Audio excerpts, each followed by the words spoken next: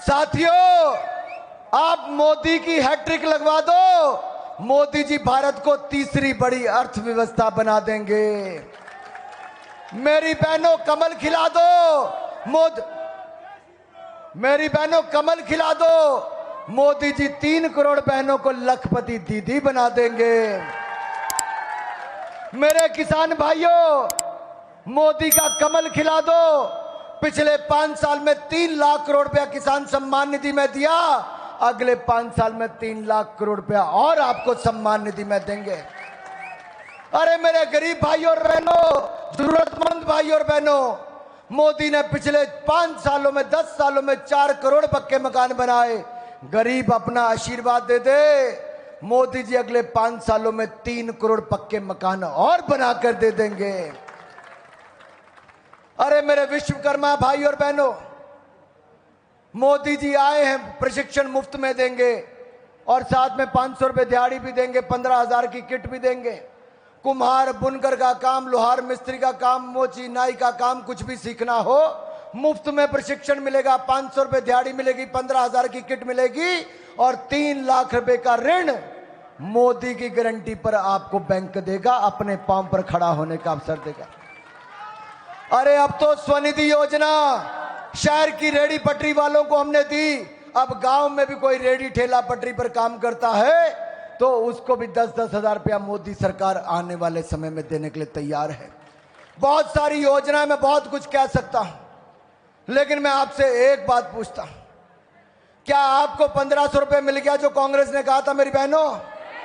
अरे जोर से बोलो, मिला क्या? अरे ये तो कांग्रेस के बड़े नेता कहकर गए थे कि पहली कैबिनेट में पास करेंगे, अगले महीने से 1500 रुपए मिलेगा। 15 महीने बीत गए, 1500 रुपए खाते में नहीं आया और ना ही कभी आने वाला है।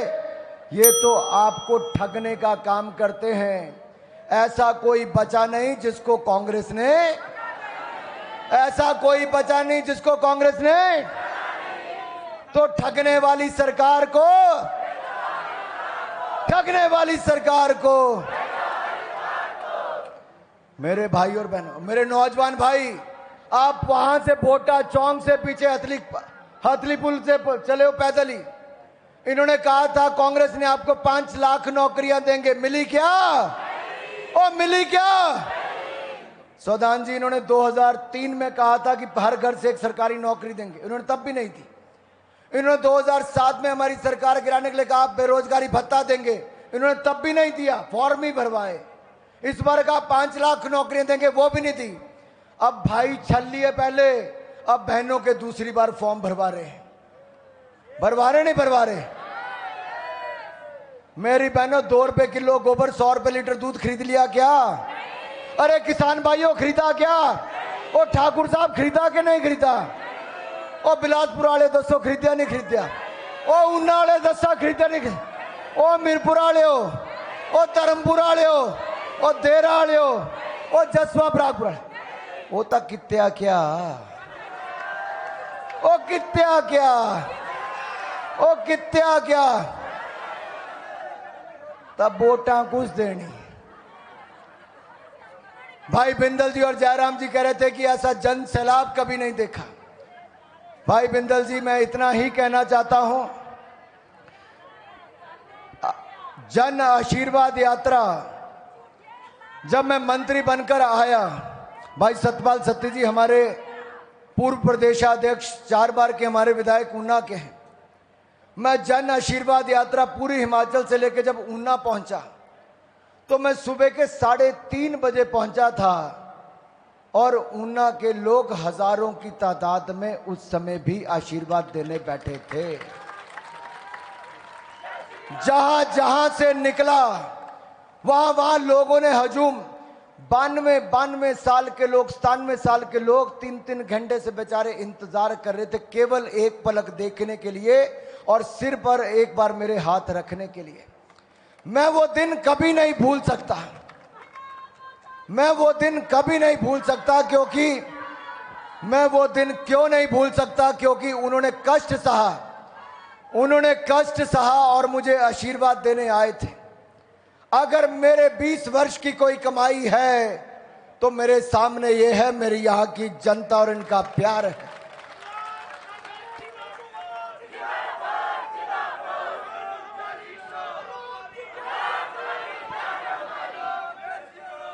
भाई और बहनों, भारतीय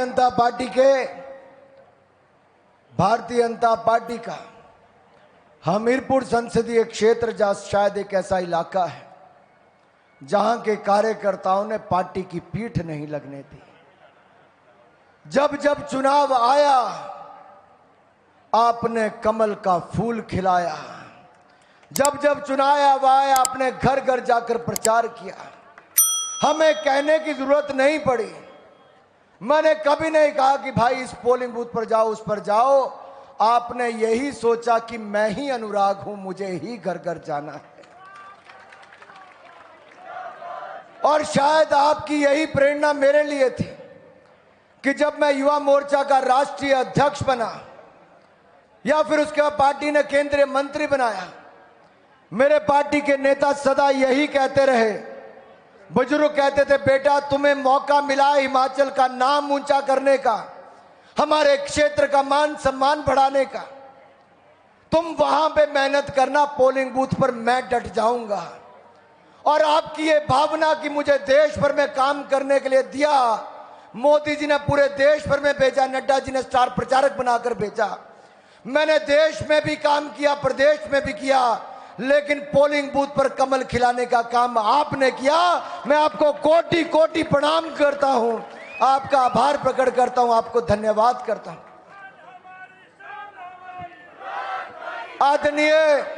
आदरणीय प्रेम कुमार धूमल जी यहां पर है, जिन्होंने वर्षों तक भारतीय जनता पार्टी को संगठन के रूप में भी सिंचा है, आगे बढ़ाया है। सरकार बनाई तब भी चौमुखी विकास किया है।